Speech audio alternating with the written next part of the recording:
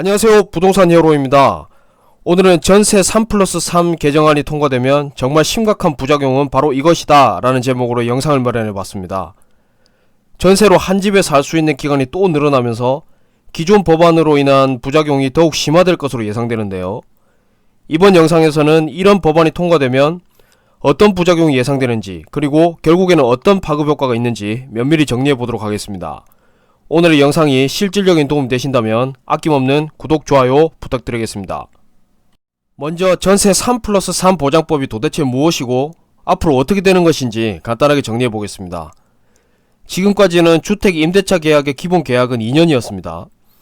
집주인과 세입자가 합의해서 1년만 살겠다고 합의를 해도 세입자가 마음이 바뀌어서 2년간 살겠다고 하면 그 주장을 그대로 받아들여야 됩니다. 그리고 지난 임대차 3법 통과로 인해서 계약갱신을 청구하면 기본 임대차 계약 기간을 한 번 더 인정받을 수 있었습니다. 그래서 총 4년이 되는 것이었죠. 그런데 3+3 형태가 되면 기본 계약 기간이 3년으로 늘어납니다. 이제부터는 주택 임대차 계약의 기본 계약 기간은 3년이 되고요. 집주인과 세입자가 합의해서 1년이나 2년만 살겠다고 합의해도 세입자가 마음이 바뀌어서 3년간 살겠다고 하면 그 주장을 인정해줘야 됩니다.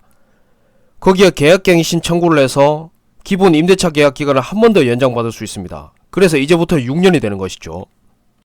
지난 임대차 3법으로 기존 2년 임대차 기간에 계약갱신 청구권을 행사해서 2년을 추가로 살 수 있었던 법안이 통과된 이후로 시장에서는 그에 따른 부작용이 속출하고 있는데요. 거기에 기름을 붓는 격으로 기간마저 연장해서 총 6년을 한 집에서 전세로 살 수 있는 법안이 발의가 된 것입니다. 그런데 이 법안을 발의한 배경이 다소 황당합니다. 바로 우리나라는 초등학교 과정이 6년이고 중학교와 고등학교 과정도 3년씩 6년이기 때문에 임차기간을 늘려서 자녀를 학교에 보내는 임차인의 주거 안정을 높일 필요가 있다는 것입니다. 아니, 우리나라에서 학교 다니는 자녀가 있는 사람만 전세 사나요? 자녀 계획이 없는 부부도 있을 것이고 아예 결혼 계획이 없는 1인 가구도 있을 겁니다. 더군다나 날이 갈수록 결혼을 반드시 해야 한다는 생각을 가진 사람도 줄어들고 있고 해마다 학생 수는 줄어들고 있는데 전 국민이 대상이 될 수 있는 임대차법을 극히 일부의 문제만 전면에 내세워서 법을 발의한다는 것 자체가 저는 명분이 조금 약하다는 생각을 지울 수가 없습니다. 그럼 이 법이 본격적으로 시행이 되면 어떤 부작용을 초래할까요? 가장 먼저 생각해 볼 수 있는 것은 역시 전세 매물 잠김 현상입니다. 이미 지금도 2년마다 꾸준히 전세 매물이 나오던 것을 4년마다 나올 수 있도록 해놓은 덕분에 전체적으로 전세 매물이 실종되면서 시장의 매물이 사라졌습니다. 때가 되면 나와야 할 매물이 나오지 않으니까 생기는 현상입니다. 그럼 만약 기간이 4년에서 6년으로 늘어난다고 생각을 해보세요. 원래 2년에 한 번씩 나오던 매물이 6년마다 나오게 되니까 전세 매물의 희소성은 더욱 높아질 겁니다. 전세 시장에서 매물은 더욱 줄어들고 매물이 줄어들면 가격이 오르는 것은 당연하겠죠. 아마도 4년에 한 번 나올 때보다 6년에 한 번 나오는 시스템이 되면 가격 상승폭은 더 커질 겁니다.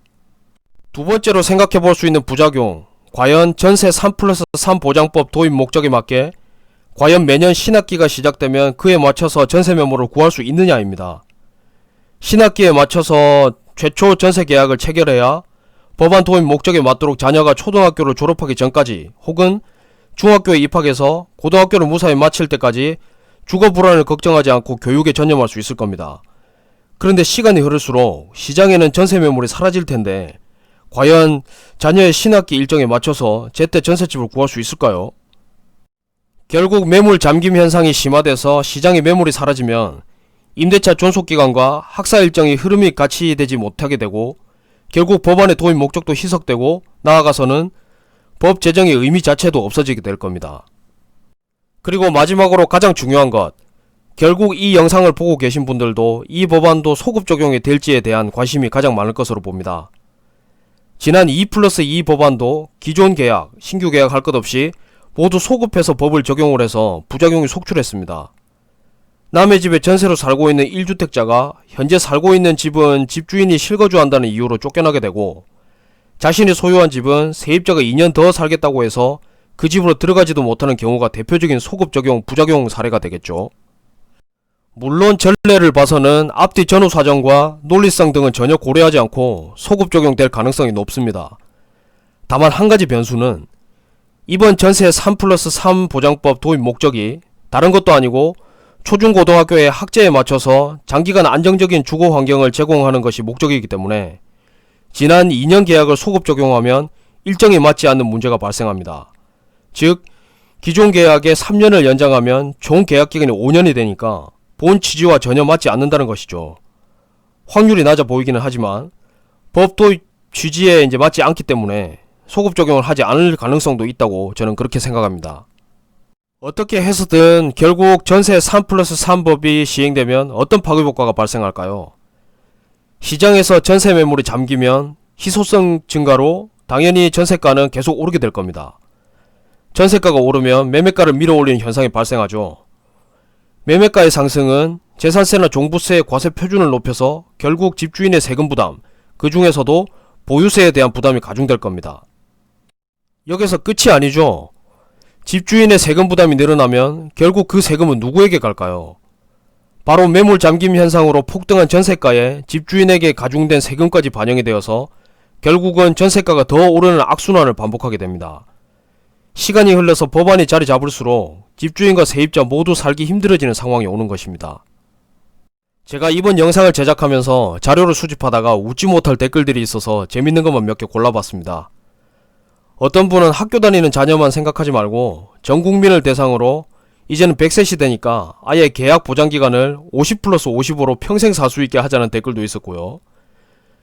보통 60세까지 일을 할 수 있으니까 직장을 관두고 일을 못하게 될 때까지 30+30으로 60년간 살 수 있게 하자는 의견도 있었습니다. 또 어떤 분은 어차피 다 같이 힘들어질 것을 깔끔하게 평생 눌러 사는 것으로 하자는 의견도 있었습니다. 그냥 답답한 마음을 풀어보자는 차원에서 재미있게 보셨기를 바랍니다. 새 법안이 통과되면 결국 전세가 상승은 가속화되고 집값 상승을 불러와서 집주인과 세입자는 이전에 비해 더욱 힘들어집니다. 오늘 영상을 보시고 어느 부분은 이미 예상을 하셨을 것이고 또 어느 부분은 미처 생각하지 못한 부분도 있을 것입니다. 앞으로 또 어떤 법안을 발의해서 세상을 놀라게 할지 기대 아닌 기대도 하게 됩니다. 새로운 법안 통과에 따른 파급효과를 미리 생각해보자는 취지에서 만든 오늘의 영상이 많은 분들께 실질적인 도움 되셨기를 바랍니다. 실질적인 도움 되셨다면 아낌없는 구독, 좋아요 부탁드립니다. 감사합니다.